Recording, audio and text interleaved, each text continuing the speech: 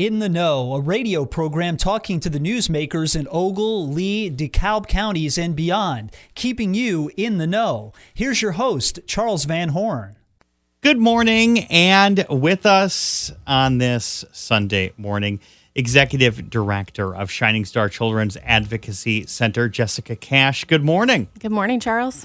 Glad to have you in studio. All this month, we're going to be talking about issues that affect children and families in and around Ogle, Lee, and DeKalb counties.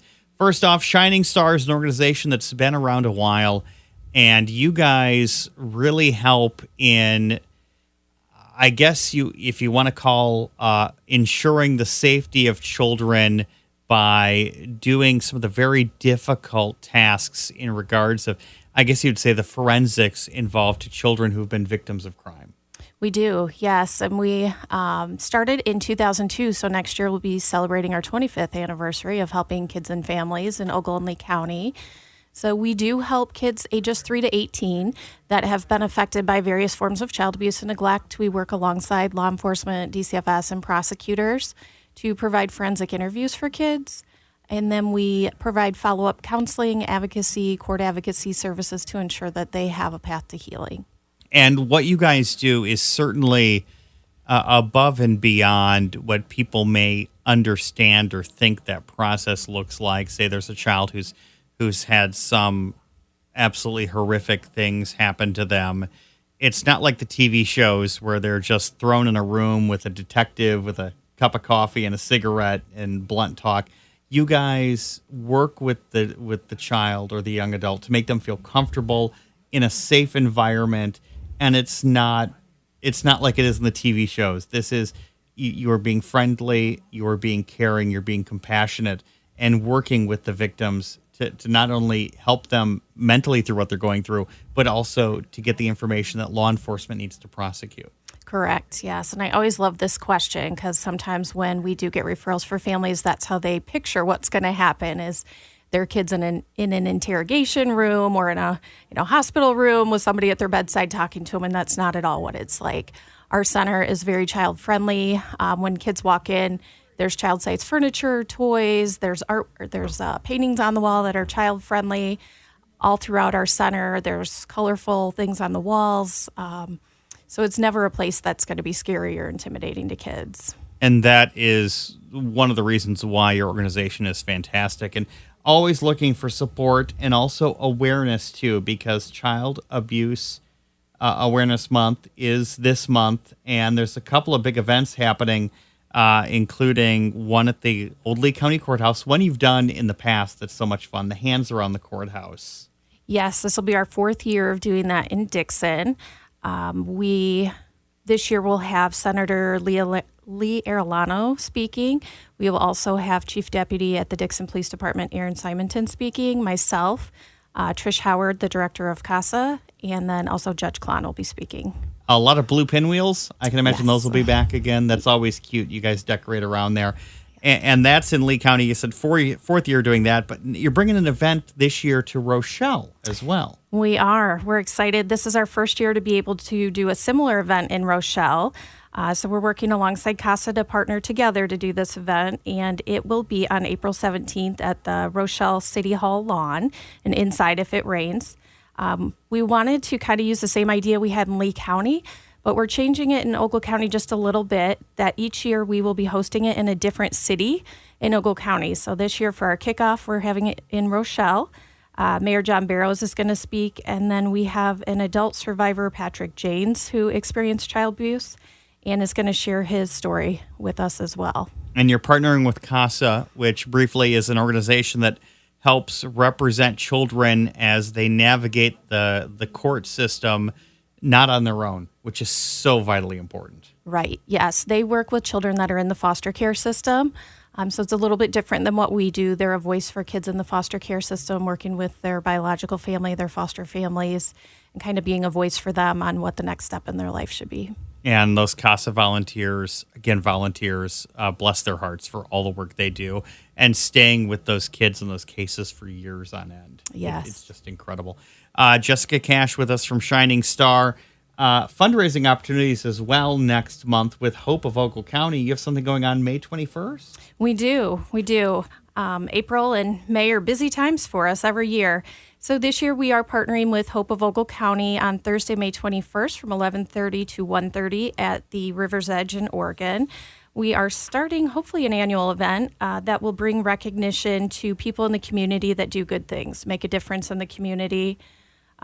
Tickets are on sale now at givebutter.com/shininghope. We're also looking for sponsors. It's going to be a great afternoon to get together, have lunch, hear an empowerment speaker, and be able to recognize those in the community doing great things. Shining Star, talking about fundraising the likes. Where does Shining Star get a lot of its funding from? We have some state grants. We have one federal grant, and then the rest of our funding comes from local foundation grants, United Way, donations, and fundraisers. In April each year, we kick off our jail and bail fundraiser, which is going right now. That also helps bring in revenue for us to use throughout the year. Jessica Cash with us from Shining Star. We talked a little bit about what your organization does. How many staff members do you have that work with children right now? We have 4. 4. And about how many cases do you see in that Dixon facility a year? So we currently see anywhere between 200 and 250 new kids per year. And then we have clients that we're still seeing from previous years for counseling or core advocacy. So each year it's well over 300 kids from those 2 counties. And that is just an absolutely, I've said this before, a terrifying figure to realize that that's 1 case a day. And these are the ones that are reported, that are prosecuted, that there's action being taken. The numbers are obviously higher than that of children who are probably out there who are not getting the help they need or finding themselves somewhere safe.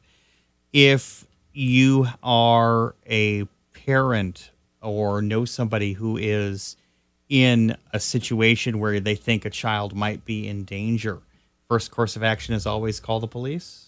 Yes, if it's a child that's in immediate danger and needs immediate attention, I would always say call 911. Make that report. They can respond immediately and ensure that child's safe in the moment.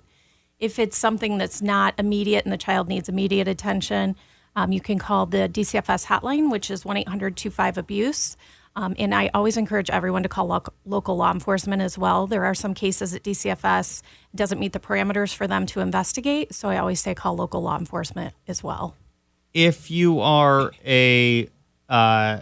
perhaps a parent of another child, you have kids coming over to the house to visit, things like that, or maybe your child says that so-and-so at school is doing certain behavior, what are some of the things that might be signs that a child could be experiencing trauma in the home that aren't necessarily like the traditional ones of just mysterious bruises or weird outbursts of anger or things like that people think of are the common signs of a child going through trauma or abuse? Sure.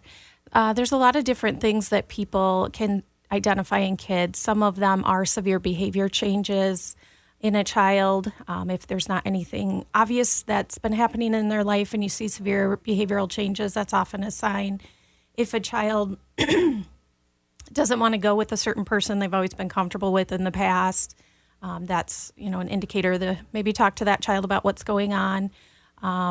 If a child is dressing inappropriate for the season, so if it's 80 degrees out and they're in hoodies and sweatpants and consistently wearing that, maybe they may be hiding things going on. If kids are seeking out a lot of attention from other people that they don't normally, or, looking for someone to kind of be that comfort person to them to see if that's a safe person to open up to, we often see that as well. And that is just one of the many different signs. If somebody needs to find resources on this, you guys obviously have a website that links to a lot of helpful information. We do. It is shiningstar.org, and we've got a lot of links to different organizations that work with families. We're always open to phone calls. We have a lot of people that call and say, hey, I'm seeing this. We have teachers that call wondering, if they need to make a report on a student, or sometimes doctor's offices.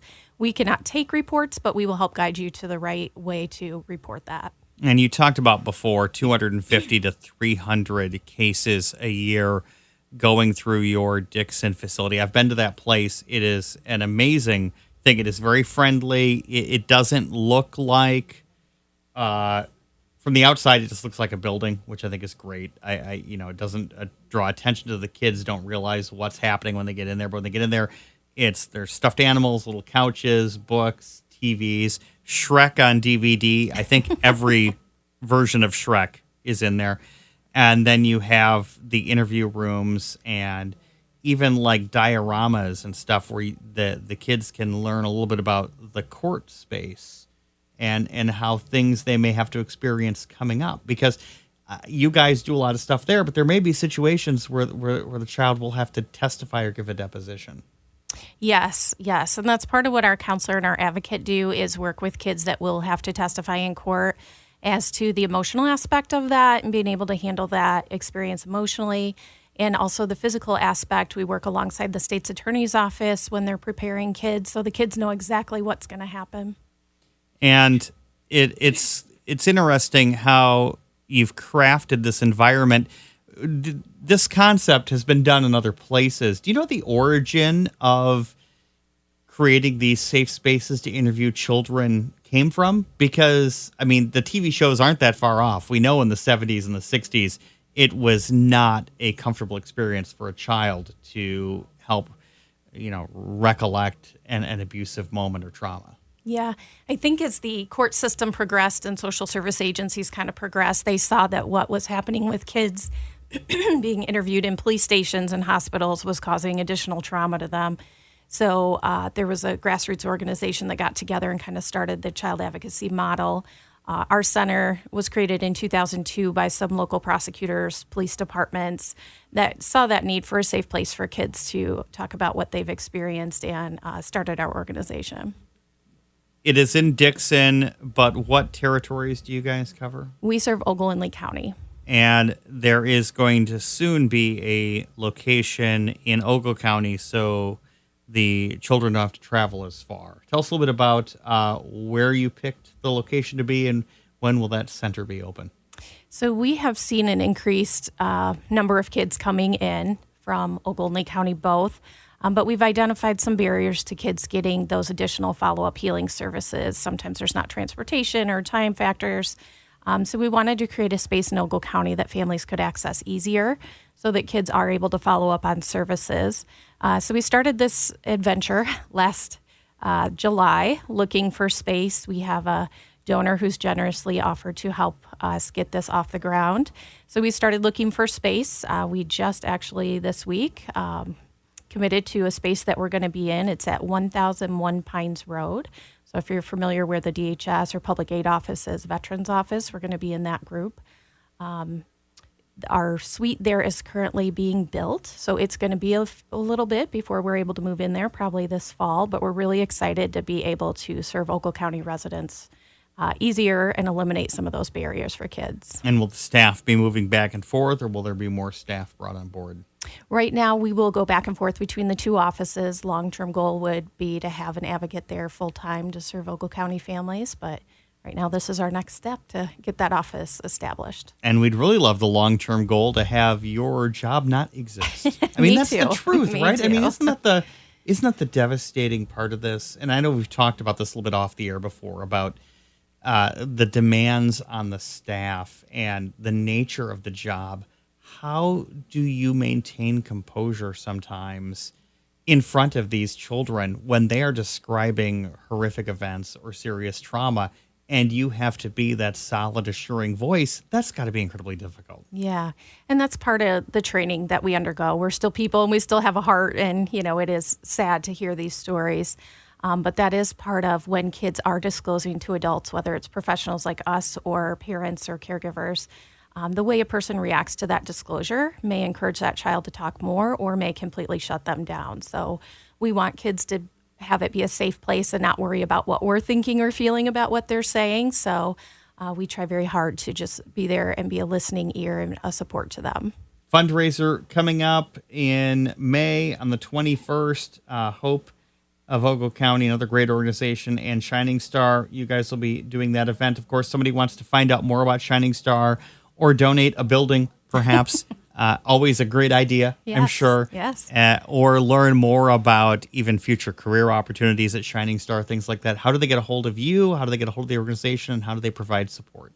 Yes, so we are located at 215 East 1st Street in Dixon. You can always stop at our center. You can check out our website or our social media. Our Facebook page is Shining Star Children's Advocacy Center. We always keep that updated. And our phone number is 815-284-1891. Jessica, thank you so much for joining us today. Thank you. Thank you for listening to this week's In the Know. The program returns next week at this time with another great conversation with someone from your community.